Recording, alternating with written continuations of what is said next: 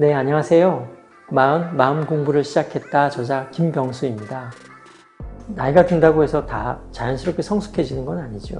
오히려 나이가 들수록 더 혼란스럽고 감정에는 더 취약한 면들을 드러내기도 합니다. 그건 마흔이 되면 극적인 전환이 일어나기 때문인데요. 우리 마음에서, 심리에서 에난티오드로미아라는 현상이 일어나기 때문입니다. 그 말은 이전과는 다른 방식으로 반대 방향으로 내 삶의 경로가 설정되고 그 안으로 뛰어들어야 하기 때문입니다. 쉽게 말하면 그전까지는 이성, 논리, 합리의 힘에 의해서 내 삶을 움직여 왔다면 중년 이후에는 감성, 감정, 관계를 통해서 내 삶을 새롭게 들여다봐야 됩니다.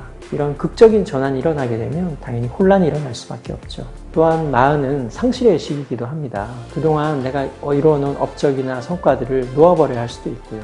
꿈들을, 희망들을 포기해야 할 때이기도 합니다. 직장에서도 예전 같지 않고 가족과의 관계도 예전 같지 않습니다. 이런 우울과 상실의 시기에는 혼란과 두려움이 느껴질 수밖에 없고, 이런 두려운 감정들을 받아들이지 못하고 왜 이렇게 우울해, 왜 이렇게 불안해, 앞으로 어떻게 살지? 겁먹게 되면 더 힘을 잃고 말거든요.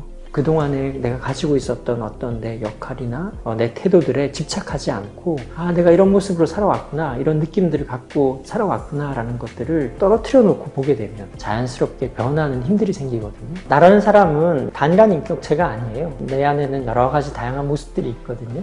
내 모습을 쌓아올린 나라는 자아는 여러 가지 다양한 모습이 있는데, 그 중에 관찰하는 자아의 힘을 키우면 그동안 쌓아왔던 내 모습들을 변화시키는 데 도움이 됩니다. CCTV나 영상으로 나를 3인칭 시점으로 나를 관찰한다라고 생각하면 되거든요.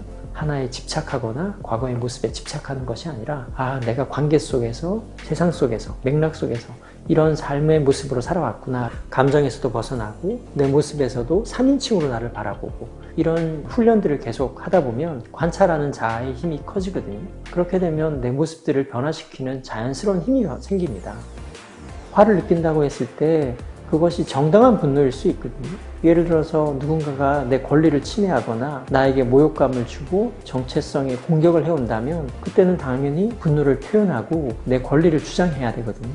그런 분노는 적응적 분노라고 합니다. 그런데 그 적응적 분노만 있는 것이 아니고요. 비적응적 분노, 나에게 도움이 되지 않는 분노도 있거든요.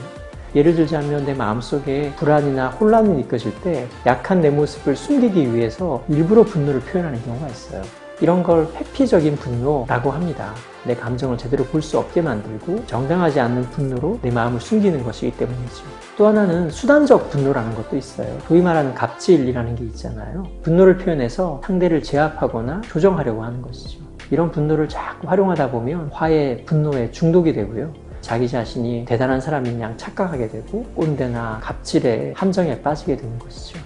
내 분노가 과연 정당한 분노인가? 내가 분노를 통해서 뭔가 목적을 이루려고 하는 것은 아닌가라고 자기 자신을 끊임없이 성찰하는 노력들이 필요합니다.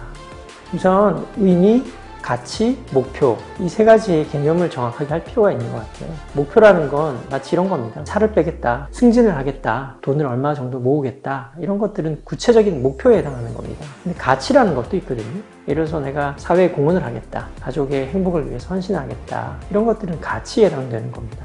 좀 더 추상적이고 좀 더 먼 관점에서 내 삶의 지향점에 해당되는 거거든요. 쉽게 말하면 목표라는 건 10km, 가치라는 건 동쪽으로 가는 것. 가치를 추구하다 보면 삶에서 자연스럽게 만족감과 성취감이 따라옵니다. 내 삶이란 이런 방향으로 나아가고 있구나, 이런 과정에서 행복감을 느끼기도 하고 스스로에게 만족하게 되거든요. 그런 만족감을 느낄 때 내 삶은 가족을 위한 헌신으로 향해 가고 있다. 나는 사회와 공동체를 위해서 헌신하고 있다. 의미가 자연스럽게 떠오르게 됩니다. 가치를 향해서 나아갈 때 만족감과 성취감이 하나의 이야기로 통합될 때 자연스럽게 떠오르는 것이 의미입니다. 그래서 의미라는 걸 단순히 나는 의미를 추구해야겠다 이렇게 하는 것이 아니고요. 내 느낌이 어떠한가, 그 속에서 내가 어떤 이야기를 만들어가고 있는가, 이런 것을 다 하나로 모아졌을 때 의미가 형성이 되는 것입니다.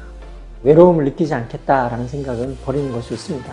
인간은 본질적으로 외로운 존재니까요. 자꾸 외로움을 두려워하다 보면 더 외로워지고 더 힘들어지거든요.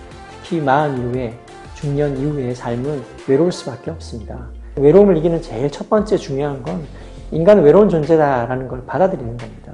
인간은 어쩔 수 없이 혼자이고 외로울 수밖에 없는 존재다. 하지만 그렇다고 해서 외롭게 살 수는 없거든요. 내가 외로움의 고통을 조금이라도 덜고 싶다면 그 다음에 해야 될 건 다른 사람에게 사랑을 나눠주는 겁니다. 이타주의적인 삶을 살다 보면 외로움에서 벗어날 수 있거든요. 외롭다고 다른 사람에게 매달리는 게 아니라 내가 그 사람들을 위해서 무엇을 해줄 수 있고 또 무엇을 해야 하는지 그리고 실천하다 보면 자연스럽게 외로움으로부터 벗어나게 됩니다.